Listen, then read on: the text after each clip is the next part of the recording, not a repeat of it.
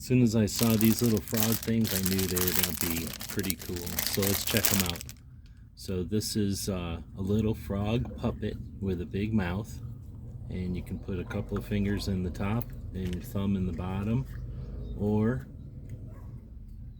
go with a finger in the tongue. And a couple of fingers up top. And now you've got your little frog puppet with a tongue. Big mouth. Oh, this is going to be a lot of fun. Cats are going to love this. The dogs might think it's fun. I'm sure they can come up with some jokes on this thing.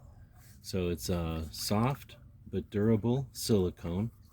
It's stretchy but strong. It's got two little arms and the big frog mouth with the tongue in there. Yeah, this thing's going to be a lot of fun. We want to thank Laser Thing for sending us this one to check out. Can't wait to have some more fun with this one. Hope this helps.